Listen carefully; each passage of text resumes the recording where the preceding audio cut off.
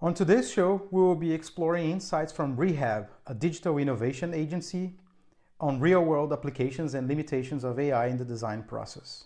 I'm Daniel. I'm Mateus. And this is the Human AI Experience. We'll be right back.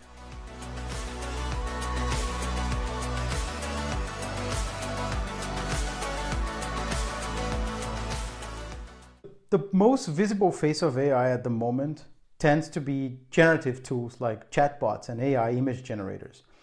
But the team at digital innovation agency Rehab doesn't see these as particularly useful for brands today in their current form. They believe AI can play a role in the ideation and audience validation phase in the beginning of the creative process. So Rehab uses AI for hours of research and strategic work, shaping campaigns rather than creating final assets. So one of the things that they realized is that if they ask ChatGPT for an idea for a creative campaign, whatever comes up probably has been done 1,000 times before, which is the reason that they don't believe this is ready for this specific use case.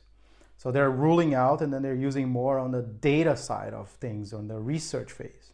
They're using AI in the beginning of the process, before the creative process happens. So the way they're doing is that they're using a lot of data. So they're going and finding reports.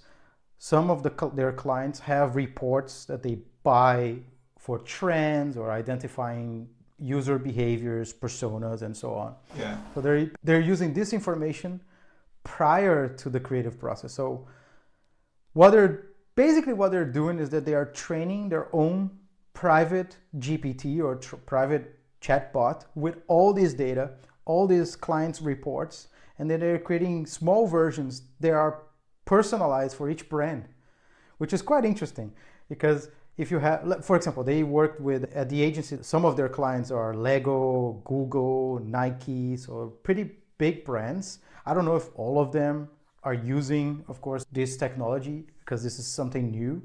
They have been around for some years already. Their idea is to have personal, let's say, Lego AI model that is trained with all the Lego information, Lego reports, like customer reports, market reports. And then all of a sudden you have a chatbot that knows everything about that. And they just train it with also creative parameters. So the designers then can go and ask that. So let's say you're creating a campaign for Lego. Then you go to this ChatGPT private model that this agency created. And then you're going to ask some questions. Okay, what are the trends for the next 5 years based on this report? And then it will give you that information. And when you get that information, then you know more or less which way to go with your creative process, right? Yeah. Does it make sense? Yeah, definitely. It's reports. Sometimes they're super big and they have a lot of information, and most of the people don't read it. Even if you work in the same market, it's hard for you to take this information from every different source and read it and see what's going to be the trend for the next years. But definitely this arrives for us in different ways. So we perceive that in the campaigns itself. But then it takes a lot of more effort if you are just perceiving that while it's happening instead of like reading all these papers before, So it makes a lot of sense to strategically to read these papers before, and make the machine do the dirty job for you. So these models are pretty good at dissecting large chunks of data and extracting valuable information and summarizing that for you, right? So it does make a lot of sense that they are using in that way, especially because they are an innovative agency, so they want to deliver they need to be on top of the latest trends to be able to deliver some innovation to their clients. Is it like a normal marketing agency, or is it focus in innovations or focus in innovation in products? To my knowledge, the difference between a regular advertising agency is that they are focusing on identifying those trends and acting on them, so they can create something new or new initiatives or orient new business or new or clients or orient clients towards a new segment of business or to follow up some trends. Just to give you an example, there's a lot of people discussing that the latest trends of use of AI is going to be in healthcare, and there's a lot of reports reporting that. So in this case, if this agency has a healthcare brand, they might benefit from using AI in their tools moving forward because that's the trend, right? Of course, there's a lot more than that, but just try to simplify a little bit the concept of an innovation agency. Oh, perfect. So thank you for summarizing it. Yeah, and one of the things that they mentioned in the article, right, is that a lot of these companies, they regular buy those massive reports, right? Like few reports, like industry reports, and those reports usually have 100, 200 pages that their research team or their R&D team are expected to read. But in reality, nobody has the time to read and summarize that effectively, right? So having this test done by an AI that can effectively do that, it's a huge time saver. So I can see where the value is in using these tools for this particular case. One other thing that they mention is that they're designing their own bespoke models. So small private models train with a mix of public data, and then they mention sometimes train on social media to identify which potential creators or how the brand is performing or their competitors are performing. And then they're inputting all this data into their private GPTs that they're offering their brands. And then that is becoming like a selling point for this agency as a differentiator from other competitors that are not using this tool. So they can offer really, really good insights to their clients using these tools, tailored to their brands, to their creative visuals and their tone of voice and so on. So it's quite interesting. I was thinking this is super interesting how they are innovating. Of course, their innovation should do that with their business too. What I see in the market is that big companies, they are really slow to move, especially towards innovation and innovative tools and all the stuff. So I believe this kind of agency, they can help the client to move towards the direction of innovation or show them the paths to apply new tools and new trends in the market. So that's really interesting. And using their own GPT to digest all this information is super useful. Exactly. I know you know a lot about building your own GPT or training your own using open models, right? Can you just explain a little bit what is the process of creating your own GPT, for example? Yeah. What would you do? Today, software, you can download a version of it, call it open for all. So you can go just to GitHub and search it for GPT for all.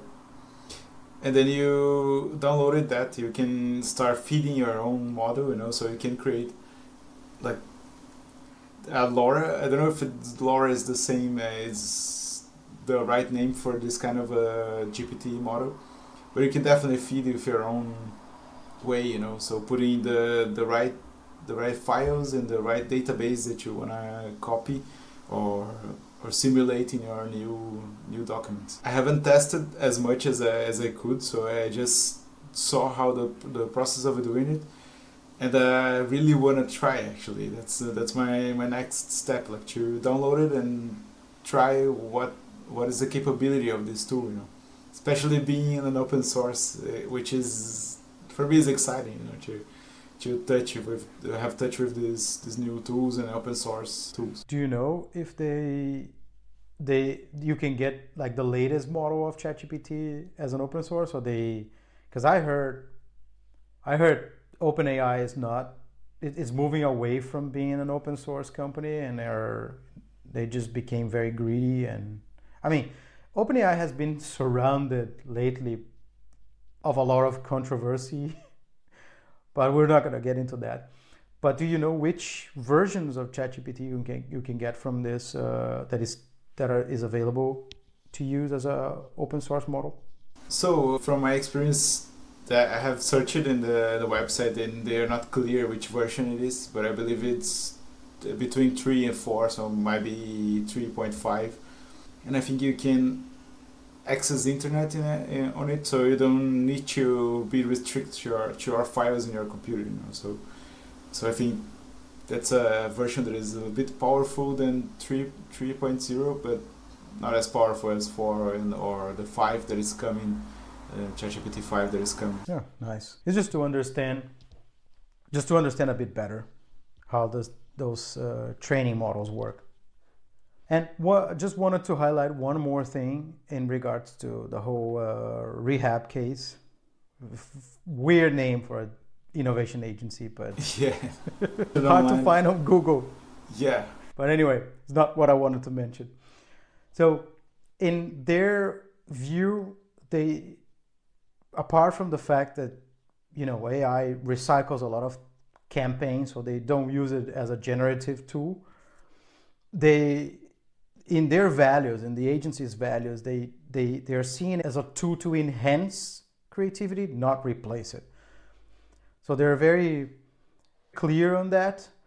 So they want to help designers and creatives to increase their productivity, because the market is demanding a lot more in less time with short deadlines. So they need to move faster, but most of the time clients don't have budget to pay for more people, so they have to kind of like be very smart on how they use their resources.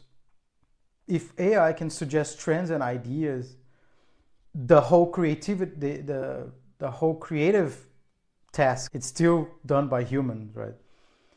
So they give an example that a copywriter or an art director can have a conversation with the AI to explore trends and find ideas for campaigns.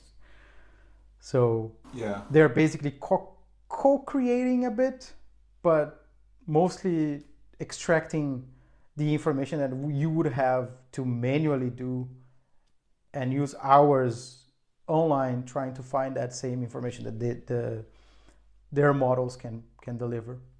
What I find interesting is, like, usually when we do brainstorming, we need like at least 2 people or more, you know, like you need a lot of people talking about the same topic, and then suddenly, because you were discussing, the ideas come out from your head. So if you were alone doing a brainstorm, let's say, you lose a lot. And if you're using a tool as this one, that you recreate in a robot or with this bot, maybe you can have the same, or probably something similar than exchanging and talking to someone else, you know. And if it's reading a lot of trends, so it might give you some ideas that you're not expecting, going towards another direction, that is going to be a trend in the future. So it's a really powerful tool for brainstorming, I believe, and to create new ideas. So it's really interesting how they're using it and how they're thinking about the future using bots and LLMs. Yeah, and I do some mentoring of new designers, right? A lot of people book me in this platform. So I do some mentoring in this platform called ADP List. I joined 2 years ago, and they grew a lot since then. It got more professional. The tools, you can schedule things. And I mentor a lot of new designers, like designers that are working on, starting their careers and so on. And a lot of these designers are the only design resource that the startup or the small companies have, right? And one of the problems of being the only designer is that you don't have anybody to discuss or spar or discuss your ideas, right? At least nobody that can understand design deeply, right? So I was just wondering here that you could actually, I mean, it will never replace a person, right? It's not like you're sparring with other designers that has a lot of experience in their back, but it helps at least to send some ideas and get something back, right? So you could actually use AI for some of those things. I was reflecting about that, and then I think you got a good point. Like, if you're a solo entrepreneur, for example, and that's another example, like in the same range, I think. If you're an entrepreneur that it's like solo and you don't have anyone to discuss ideas, maybe these bots can help you too. So not only in design, but maybe in different ways, like in entrepreneurship, or even if you have a small business and you are kind of stuck, or if you need ideas to write a post on LinkedIn, I don't know, like simple things can help you if you have these tools alongside with you. That's really interesting. I can see many usages of it. Like, and are they gonna sell this tool, or is it something that's more internal use? This LLM. Good question. I'm pretty sure they're charging their customers more for that, because that's a competitive advantage that they have, because they're training with a lot of personalized data. So they're creating models, individual private models for each brand. So I'm pretty sure that is an additional fee that you have to get, that you have to pay as a client to have access to, which totally fair. And most clients wouldn't do that with the agency experience on what creative parameters to insert in there. Even if they replicate that in-house, it's not going to be the same. So it makes sense. Yeah, definitely. I know that it goes a little bit in the other direction, because usually what they say is that because of AI it's gonna cost less, because less people working.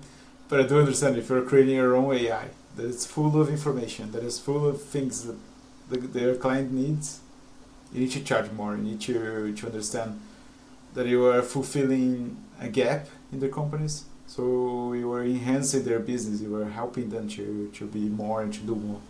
So it makes a lot more sense to charge them more. Yeah, exactly. If it brings value, it has a cost, of course, right? So it's proportional to the value you're creating. So it's just interesting to compare this model with the one that we saw from Klarna, that is also in the early stages of the creative process. But in the case of Klarna, they are doing a lot of the conceptualizing using AI and mostly generative tools. But Rehab is doing it in a completely different way. Rehab is in early stages, like before even the concept, with the trends and the data. So it's just interesting to see where AI is being inserted in different moments of a process or a business workflow. When you add different elements, for example, in sustainability, as soon as you apply sustainability, for example, in the early stages, it was more effective in the whole life cycle of a building, for example. So what I meant, like if you think about one specific product to use in the early stages, and you kept this sustainable material until to the end of the project, it's better than if you do it, like for example, in the middle of the project and change the material that you were using to another one. I don't know if I'm clear about this process, but I think it's the same with the AI. As you're using in different phases, the effect might be way bigger and better, in the whole process. So in the early stages, as they're using, it brings so much value. It's like, you're putting the knowledge of a lot of different companies, a lot of different people. They're not even connected to the company, but it's bringing so much value. Like I can see so many potential in that. Oh, yeah. And this also helps them to quickly iterate with the data, right? And if there's a new report, or if there's new information, that you can also train the models with that and then get up-to-date information as well. So let's say the social media algorithm change, or new creators are behaving differently, or there's like a trend in how you create content online, and you can always quickly get that in and benefit or leverage that.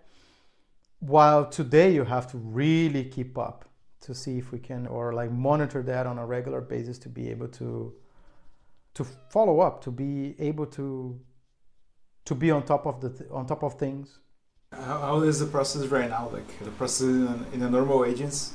How do you envision the trends for the next years? How do you work that internally? Usually agencies have research teams or Sometimes they hire a consultant that is specialized in trends to brief everybody, make a presentation. Clients come with their reports as well, so it's very mixed. So it makes sense how AI is actually disrupting this as well. But do you think it's effective? For example, if you hire a consultant and then they will give you trends, do you think it works? Or what they see is kind of what people are seeing, and then you just use their reports to justify your decisions? I think when you have an external coming up with trends, there's always something missing, right? There's some information that gets lost, or they don't know the specifics of the client. And that also, it's the same for agencies. Agencies are also external. So by being on both sides, I've worked with agencies, I've worked inside clients. When you work inside a client, you know a lot more of the business. You have a lot more information. So it does, ideally, if companies adopt this internally, even agencies as an external can benefit from that. Of course, now it's the first time this is happening, so people are adopting in different ways. They're experimenting. There's a lot of experimentation. So, but I think it's most effective when you have all the internal information, or you know the client really well. Of course, there are agencies that work with the same client for 20 years. Yeah. Those, I would assume, there are almost like internal resources, but at the same time, when you have externals, there's always something that it's missing. Of course, in case of trends, maybe it's less. I think it's more. I would see this being way more effective if you have a creative team inside of the company and you have these tools inside. But that's my personal. Yeah, I think internal marketing works better than hiring someone else to do it, because in a way or another you're living the company's missions and values. So if you're a good employee, you kind of get that inside of you. If you're working with the same values and looking towards the same direction as the company, you know what is the core business of the company. As sometimes an agency coming from outside, they need to dig a little bit, to get that. So I believe it's more work, and as you mentioned, that the companies that they work, the agencies that they work for 20 years, the same company. So they already did the dirty work of digging and understanding the company. Then can you summarize a little bit what we talked today about Rehab and how they're using AI in their business? Sure. So Rehab is using AI in the early stages of the creative process by adopting personalized LLMs or private chat GPTs. They are trained with their customers' brands parameters and business reports from the industry or social media, and it's a mix of public data and private data. So a lot of these companies that buy reports, so they're basically feeding these models with that information, and then they're selling that differentiator as their business model to clients. So like we discussed, probably they're charging more for that, but they're delivering a tremendous amount of value to the companies to their clients. So instead of using generative tools, they're basically using chatbots that are trained with large chunks of data relevant to their clients, and then the creatives can then go and ask that model for the information that they need, and then it will help in the creative process by getting some insights into new future trends or creative campaign ideas, for example.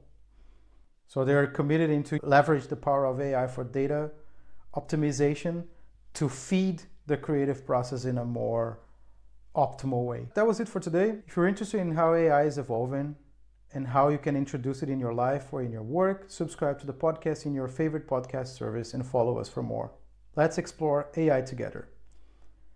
If you have any questions for us, you can reach out to us at hello@humanAIXP.com or connect with us on Instagram. Thanks for listening, and see you next week.